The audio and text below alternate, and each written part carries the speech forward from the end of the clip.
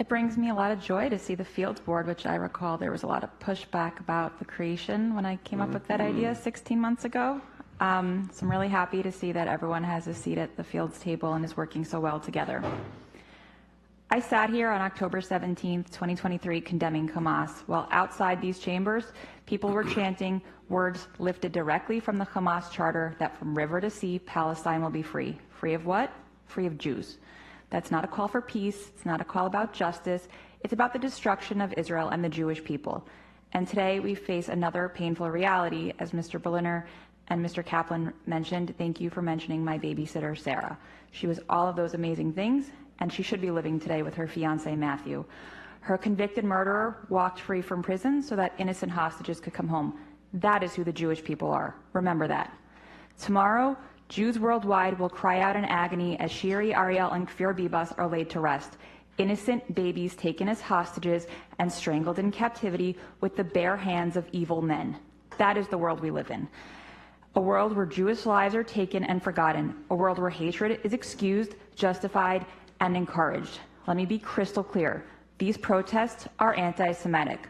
When they say Zionist, they mean Jew. When they stand in these chambers and say, the Jews of Teaneck want anti-Semitism, they're not debating Middle East policy.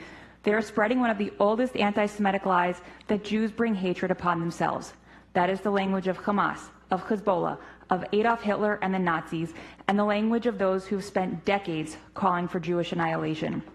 I support Teaneck's entire Jewish community and its synagogues. I stand firmly against anti-Semitism, and I sit in this seat also to protect the township of Teaneck as a whole.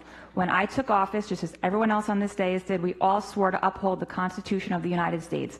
And that is why we must have an independent attorney, not representing anyone else in this town, guiding this entire council and creating the tools that we need to fight hate.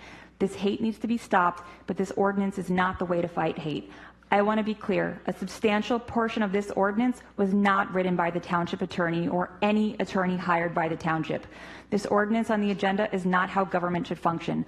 Law isn't passed based on threats of legal repercussions for not doing as we're told. They are passed smartly. This is not how we fight anti-Semitism. If we ignore it, it won't go away. If we ignore it, they still won't vote for us. This law does not allow us to ban free speech. The First Amendment does not require speech to be moral, kind, or just. It just requires it to be lawful. I have been told to go back to Auschwitz. I have been told our hostages are dead.